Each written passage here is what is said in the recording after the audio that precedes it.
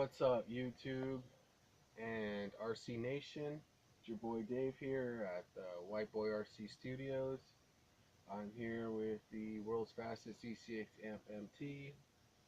We're both trying to make a comeback.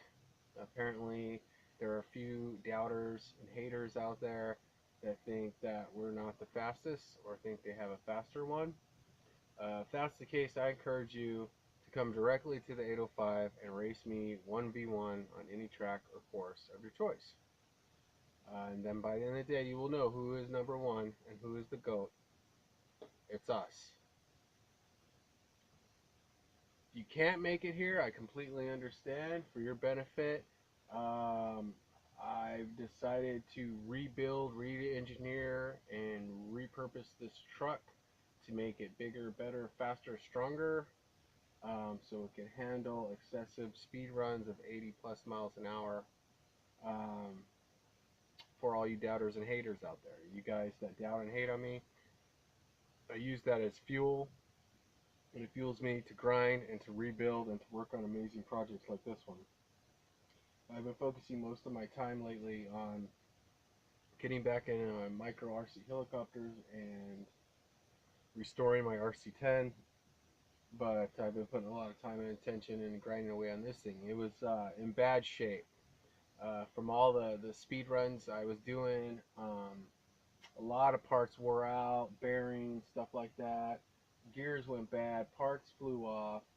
The alignment got all messed up, so I had to make a bunch of parts to fix the alignment. I had to make my own turnbuckles. I had to make a whole bunch of parts. I had to go through and balance all the wheels because they were all out of balance. Balanced all the wheels. Went through, completely dismantled this thing, and went through every little part and re-engineered it. Let's see what's inside. Okay. If you haven't figured out by now, I always try to get the maximum amount of performance from my RC vehicles, or for myself, or from anything. I like to push things to the limit, see how far I can take them. So in this case, this truck really has nothing to prove. Okay, it's on Google. If you Google world's fastest ECX Amp MT, you'll see a picture of this one. Okay, if you Google world's fastest AB stamp, you will see a picture of my RC10. Okay, we're the fastest of our kind. We're the best at what we do.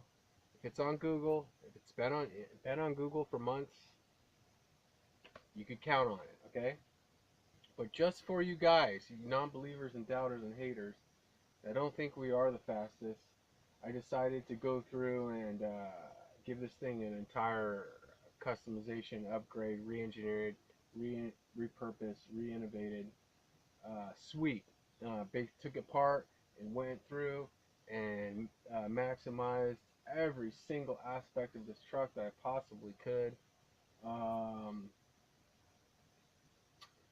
For example, I raised up this plate here because normally I like to strap my LiPos to the front shock tower, which is a great spot.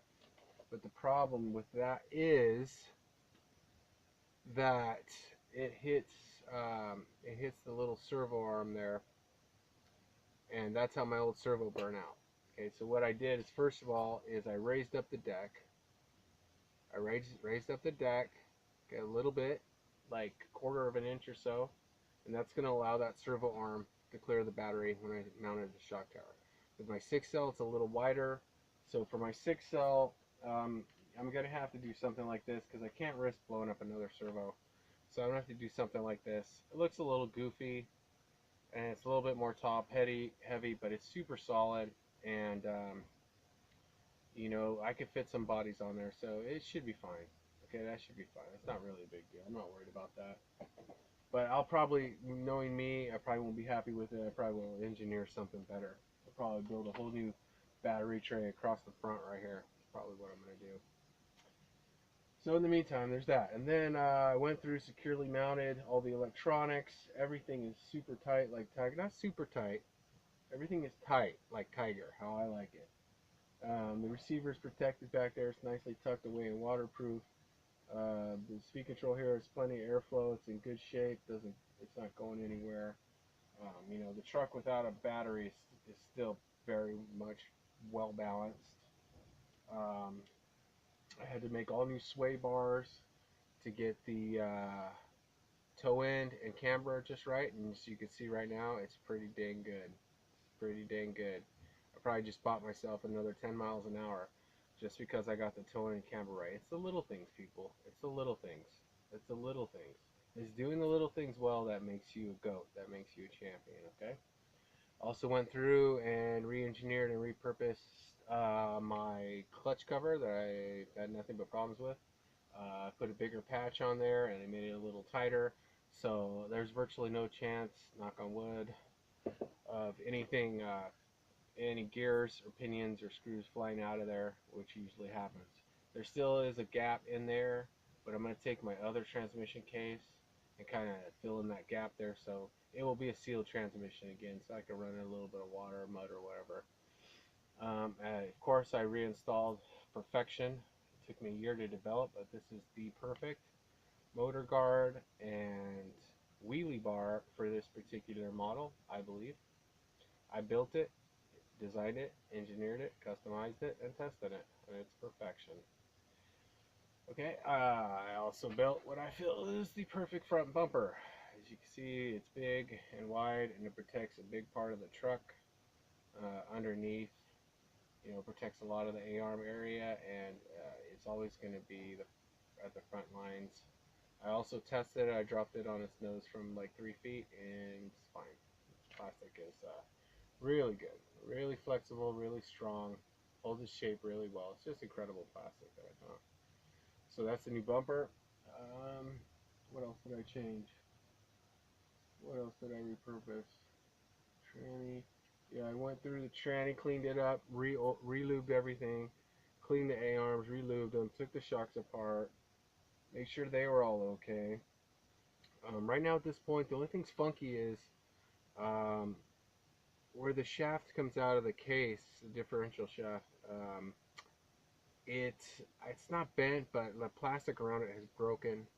Okay, I repaired it. It doesn't. It seems to be fine, but if sooner or later I'm gonna buy a new tranny case, which I should have done already. And but she should hold together for a little bit. And basically, all this truck is really waiting for to run again is a 5mm pinion that I bought. That should be here any minute. It's a Robinson.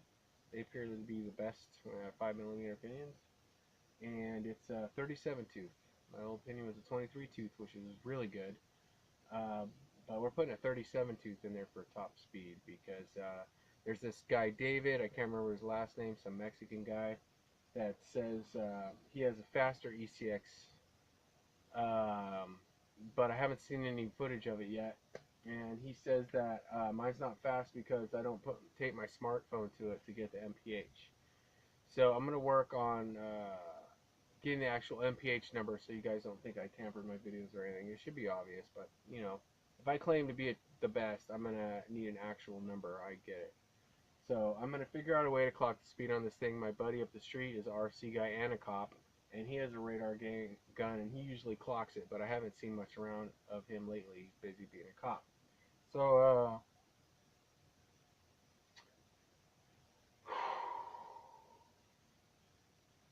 that's what's going on with this. It's bigger, better, faster than ever.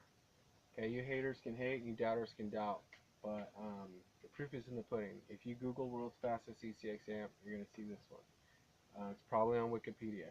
If you do a YouTube search for world's fastest ECX amp or world's fastest RC10 AB, you're gonna see that one. You're gonna see my RC10. And you're gonna see this one. You're gonna see me. Okay. We're still the best at what we do, and which is amazing because I've done it on a budget. I've made basically no money. But over a year and a half, I've managed to drop about 500 into this one, and honestly, I don't even want to say how much I have in the RC10, but it's not very much. And I've dropped about $100 into these helicopters, and past year and a half, I think I had two 450s that I totaled, so that's another probably 500 bucks. So past year and a half, I probably spent around $1,000. It seems like a lot of money, but in the RC world, that's really not that much money, especially when you break world records for $1,000. Okay. Um, the reason that I have the fastest is because very few people are going to take the time to put the time and energy and parts that needed to go very fast into an old RC10 Shelf Queen or a $150 ECX monster truck, okay? And the reason nobody will probably put that time into them because someone that spends 150 bucks for a monster truck probably doesn't take it seriously enough to put it to make it go super fast. But since this is my first truck, you know, and I love it, I'm inspired by a lot of my speedrun friends. You know, that's the kind of the way it worked out. So, you know, on the RC10, there's faster RC10s on YouTube and on Google. There's like 3 or 4 guys that have RC10s that go like 70, okay, which is about what mine goes. But the difference is mine's not an ordinary A stamp. Okay, my RC10 is an AB stamp, which is a limited run that came out for a very short period of time, and that's how I'm able to get away with a world speed record at like 60 or 70 miles an hour, is because it's an AB stamp. And if I could find a tranny that'll hold, you know, 3-cell, I'll break even more records with my RC10. I'll have that thing going 100, no problem. But unfortunately, it's such an old vehicle, and that's the deal with vintage. As far as upgrades go, you either have to make them yourself or whatever, because you know, back in 1980s when my RC10 was born, it brushless. I don't even think brushless and lipos existed at that time, so they certainly were built for that kind of power. So that's what's going on. Let me know which body you guys like the best. I'm sure you've seen all the bodies I have. I have dozens of them now. I've made some, I bought some, and stuff like that. Let me know which one you guys like the best. From my real life friends, they told me they like the monster one the best, even though it's like beat to crap. They like this one just because, you know, black. It's got the monster stickers on there. It looks cool. I like it because it's light, and it's also got great aerodynamics. And I've made some really fast passes with it. And it's kind of a lucky body of mine. So I probably will run this one. But I like all my bodies. You know, I like them all. I also made some really good passes with this body. This is a good body right here. I like it. Some kids like it because it has Roger Rabbit on it. So this is also a fast body. This one right here. Even though I poked a big old hole in it for the GoPro. It's fast and sleek. Or you know, I could try out the new cardboard body I built. So I don't know. I'll do test runs. I'll do test runs with all the different bodies, see which one works the best for speed runs. So that's what's going on with this bad boy. I don't know if you can see in there. I'll try to give you a good view of what I've done. I mean, look at that thing. It doesn't even look like a RC vehicle anymore. I mean, look at that thing. It is a tank. You know, even without the 6-cell, I mean, it is heavy. This thing weighs probably like, geez, I don't know, 8 to 10 pounds. Even without the 6-cell. It's a very heavy truck. That's why it's so hard to make it go very, very fast. So, you know, these things weren't made to go 80 miles an hour. These things were made to go like 30 to 40 miles an hour, max, you know.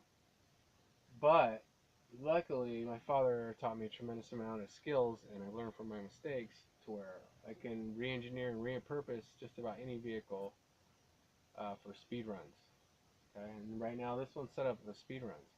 So one good thing about using a monster truck as a speedrun vehicle is obviously this the uh, width. The width. I don't know if it's wheelbase. I think wheelbase is from here to here, but it might be also be wheelbase here to here. The horizontal wheelbase. Okay, the distance from the left tire to the right tire. Okay, that is what makes a monster truck and this monster truck so awesome for speed runs, because most guys use speed run, you know, road cars, speed run RC cars with, you know, very narrow RC cars.